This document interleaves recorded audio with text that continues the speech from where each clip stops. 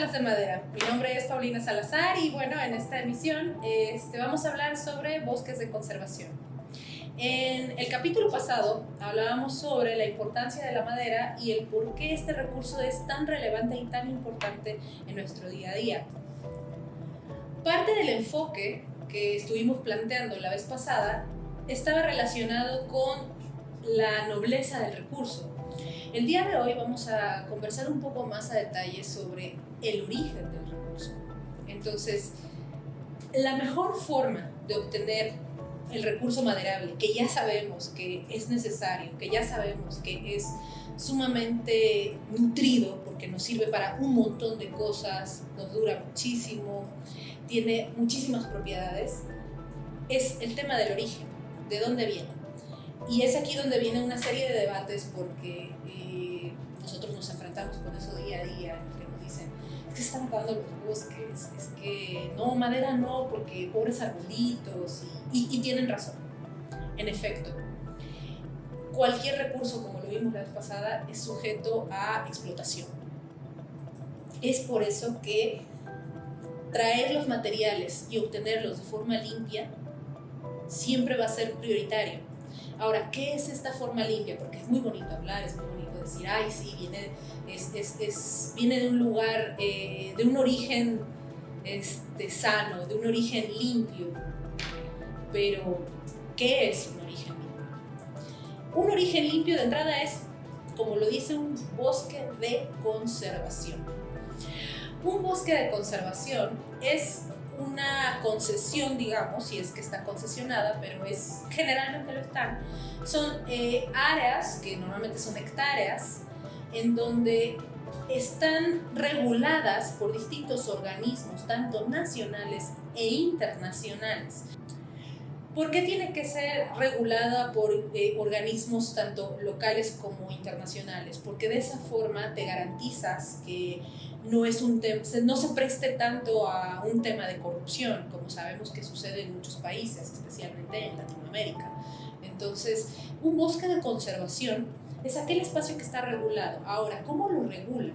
Bueno, existen organismos, tanto forestales como ecológicos, que determinan que ciertas zonas son óptimas para la extracción forestal. Ahora, ¿cómo es esta extracción forestal? Y es aquí donde hay que tener muchísimo cuidado. Todas estas imágenes que vemos día a día cuando hablamos de deforestación, tala, es más, al oír estas palabras estoy segura que todos ustedes están imaginando estas fotografías en donde se ven todos los troncos que les hacen ¡shuash! Y se ven todos los pedacitos de tronquitos cortados en grandes secciones, en donde se ve la maquinaria. Ok, eso es tala discriminada totalmente, ¿no? En realidad, la única forma de talar o de obtener un árbol, extraer el recurso del árbol de una forma sustentable, es a través de una tala selectiva. ¿Qué es una tala selectiva? Tal cual es decidir qué árbol se va a talar y qué árbol no se va a talar. Y no puedes extraer todos de una sola sección, ¿me explico? No, tiene que ser este árbol sí, este árbol no, este árbol sí, este árbol no, este árbol sí, este árbol no. Ahora bien, ¿quién determina qué árbol y quién determina qué condiciones debe tener el árbol? Aquí es donde entran una serie de especialistas en ecología, en materia forestal, que determinan el árbol tiene o no tiene la madurez para ser talado. La madurez tiene que ver con su altura, con su diámetro, con el tipo de la especie, de dónde viene, porque evidentemente no es lo mismo un bosque tropical que un bosque de conífera, que un bosque frondoso, que una concesión regulada, a lo mejor de bambú o un pinar. No son lo mismo, pero el principio es un poco es similar, es no extraer el recurso discriminadamente, sino extraerlo de una manera sustentable e inteligente. Es decir, este árbol ya cumple con las características que tiene que cumplir para poder ser talado. ¿Cuáles son sus características? Como lo mencioné antes, tiempo, altura, diámetro y especie. Se realiza un sondeo en donde cada árbol debe tener un código y un número que lo identifique de acuerdo a sus características. Entonces, una vez que se va a realizar la tala, que es la zafra, que es de donde se va a obtener el recurso, se ubica esa especie y se marca. Entonces dices, esta especie ya está en condiciones, ok, esta ya. Entonces, literal, en un plano que se hace topográfico, se hace un levantamiento, se determina este árbol sí, y se revisan el resto de los que ya se pueden, este sí, estos no, y así es como se comienza una selección de la madera que se va a extraer ese año. Ahora bien, estas concesiones y estas áreas se dividen en parcelas. Entonces, la cantidad de parcelas va a depender del diámetro de la concesión, por decir, o de su área, ¿no? Una concesión de 60 hectáreas, digamos que se divide en 20 parcelas, por dar un ejemplo, ¿no? Y solamente se puede trabajar una parcela al año. Entonces, en esa parcela, que solo se puede trabajar una al año, entonces ahí es donde se dice, bueno, este árbol sí, este árbol no, este árbol sí, este árbol no, este árbol sí, este árbol no. Se mete todo al sistema para saber realmente que el código coincida con lo que está autorizado extraer en ese año. Entonces ahí ya los madereros sabemos más o menos con cuánto metraje cúbico de madera se va a contar para ese año. Y entonces a partir de la selección, de la ubicación, del levantamiento como tal, se empieza a planificar todo lo que va a ser la extracción. ¿Por qué? Porque al no ser una tala indiscriminada, como hemos visto, que llega la maquinaria bien pesada y se hace ¡wash! Eso es lo que no se debe hacer. Cuando se hace de forma sustentable, las máquinas no pueden ser las mismas, deben de ser máquinas más pequeñas que hagan rutas. ¿Por qué? Porque se tiene que trazar un camino. Los árboles que se van a extraer, al calcular su caída, no deben dañar otros árboles. Entonces, todas esas consideraciones son aspectos importantísimos que se deben de calcular. Entonces, por eso es que se hacen los caminos primarios y secundarios, para poder determinar en qué momento va a caer el árbol, hacia qué dirección va a caer y cómo se va a cortar, porque obviamente ese árbol completo que acaba de caer tampoco se puede manipular así como cayó. Se tiene que cortar en 2, 3 partes, porque sobre todo en especies tropicales los árboles son muy grandes. Entonces se requiere todavía un mayor estudio de cómo se van a realizar las extracciones forestales o la tala en dado caso, ¿no? Ahora bien, todo esto es con el único propósito de que el recurso siempre esté disponible y que no afectemos la biodiversidad. ¿Por qué? Se habla mucho de que por cada árbol que quitas tienes que sembrar 3, hemos oído muchas veces 3, 4, 5, existen una serie de teorías y son buenas prácticas, por supuesto que lo son.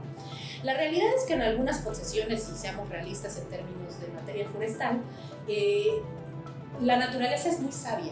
Entonces, constantemente los árboles están soltando semillas, están soltando parte de sus residuos que se van a la tierra. Al momento de extraer estos árboles y utilizarlos para fines madereros, existen una serie de semillas que ya están en la tierra. Y la tierra tiene sensibilidad y las raíces saben si pueden o no pueden crecer. Entonces, donde hubo un árbol, solitos van a crecer a lo mejor 2 o 3. Y no es que uno lo siembre de forma ordenada, ¿no? Por lo menos en bosques tropicales no sucede así. Solita la naturaleza hace su trabajo. Entonces, ahí es donde permitimos que la biodiversidad trabaje por sí sola y se regenere por sí sola, y de este modo ese árbol que justamente ya no existe, ahí van a comenzar a crecer por lo menos entre 2 y 3 árboles. Ahora bien, todo ese recurso que se extrajo se tiene que pasar a caminos en donde se va ruteando y de ahí se va a los aserraderos. Una vez que llega al aserradero, esa parcela no se puede volver a tocar. Al año siguiente se trabaja la siguiente parcela. Y misma situación, toda la misma descripción que hice la vez pasada, y así, y así, y así. Cuando llegamos a la última parcela, que vamos a pensar que es esta concesión que se dividió en 20 parcelas, han transcurrido 20 años.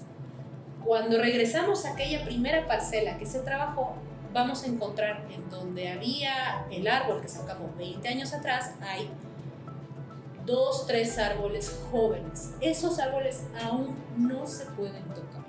¿Por qué? Porque todavía no cumplen los requisitos de madurez, de tiempo, de altura, de diámetro, etcétera, etcétera, para poder ser extraídos. Entonces, nuevamente se hace un sondeo y se seleccionan otros árboles y se extrae nuevamente de la misma manera. Año siguiente, parcela 2, año siguiente, parcela 3, vamos a la 20ª parcela y regresamos a la primera. Y aquí ya pasaron 40 años. Entonces, ahora sí, esos árboles que comenzaron a crecer 40 años atrás, probablemente ya están en condiciones de ser extraídos. Y es aquí en donde el ciclo se vuelve sustentable. ¿Por qué? Hablemos de un caso muy específico, un piso de madera. Un piso de madera sólida, digamos, 19 milímetros, que es lo más común, machimbrado, tiene una vida útil de más de 50 años. O sea, un piso de madera va a tener una vida útil, dependiendo de su uso, pero en un uso residencial normal, de más de 50 años. Entonces, hace sentido, ¿no? Que si extrajimos madera 40 años atrás para hacer este piso, y este piso tiene una vida útil de más de 50, quiere decir que entonces el ciclo de uso del material y del recurso hacia lo que tarda el recurso en crecer es congruente. Y es ahí en donde justamente se busca que los productos maderables cumplan esa función de sustentabilidad. Por eso mismo insistimos, y en la charla pasada hablábamos sobre toda la serie de productos que nos encontramos hechos de madera, que si están bien manufacturados, están hechos de forma consciente, pueden durar generaciones. Entonces, es ahí donde hace sentido que vengan y que su origen sea de un bosque de conservación, porque esa es la única forma que garantizamos para poder mantener la biodiversidad sin desequilibrio. ¿Por qué? Porque en realidad se enriquece. Donde había un árbol ahora hay 2 o 3, entonces se genera más biodiversidad, y esa es la única práctica que nos garantiza contar con el recurso siempre, porque es un dar y recibir que tiene congruencia con su consumo y con respeto.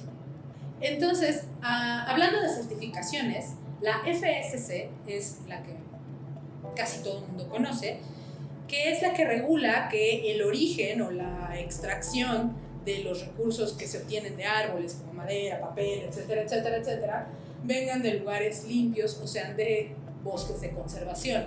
Ahora, existen otro tipo de estándares que también son importantes considerar. Por ejemplo, está el BCS, que el estándar BCS es el que te va a determinar la huella de carbono que estás emitiendo al trabajar productos, porque también es importante. O sea, de nada sirve que tu recurso o lo que sea que estés manufacturando venga de un bosque limpio si todos tus procesos son sucios, si todos tus procesos generan una huella de carbono mayor a lo que implica la extracción discriminada, ¿no? Entonces es importante no solamente contar con una certificación que avale que la madera viene de un lugar limpio, sino que también tu huella de carbono sea mínima. Y existen otros estándares, por ejemplo el CCB, que ahí dependiendo la calificación que te dan, te dicen si es gold, silver, etcétera, etcétera. Y aquí en este estándar es el que mide la biodiversidad y la comunidad y el clima. Que todos los recursos que se trabajan, porque evidentemente los recursos maderables se trabajan en bosques, selvas, etcétera. Entonces, que las comunidades nativas de estas regiones estén siendo compensadas y que su mano de obra esté siendo utilizada para la extracción o para los trabajos manuales que implica el recurso maderable. Entonces, es bien importante que tengamos mucha conciencia del origen de los productos que compramos, porque es ahí en donde realmente podemos saber si los productos que estamos comprando primero van a tener una vida útil, congruente con la renovación de su producto, que a la hora de que ese producto, sea el día de mañana, si el día que este piso ya haya dado su vida, este piso es biodegradable, se regresa a la tierra y regresa y sirve como abono. ¿Qué pasa con tantos productos que vemos en el mercado que imitan a la madera, que realmente no lo son y que no son del todo renovables y que pasan por procesos químicos que quizás contaminan más que la extracción forestal como tal, o que, o que son de tan baja calidad que su tiempo de vida es de 3, 4 años, 5? ¿Qué pasa con esto? Esto es basura. Entonces, al final, esos son los cuestionamientos que debemos de hacernos a la hora de consumir, porque como lo platicamos la vez pasada, en tendencias de consumo ya no existe esta conciencia en donde hay una congruencia entre el uso y el recurso, su vida útil y qué pasa después de que acaba su vida útil. Es por eso que es importantísimo conocer el origen de aquellos productos que compramos, de aquellos productos que utilizamos, de aquellos productos que están en nuestros hogares y que forman parte de nuestra vida diaria, no solo como consumidores, pero también como arquitectos, como ingenieros, como gente que está en obra, como gente que está proponiendo al final, ¿no? Es justo el enfoque que buscamos en estas charlas, generar conciencia y en conclusión, la única manera en la que vamos a poder obtener buenos materiales de lugares limpios es a través siempre de bosques de conservación. Bueno, espero que les haya gustado esta charla y nos vemos en la siguiente emisión. Recuerden seguirnos en redes sociales y darnos like en todos nuestros videos.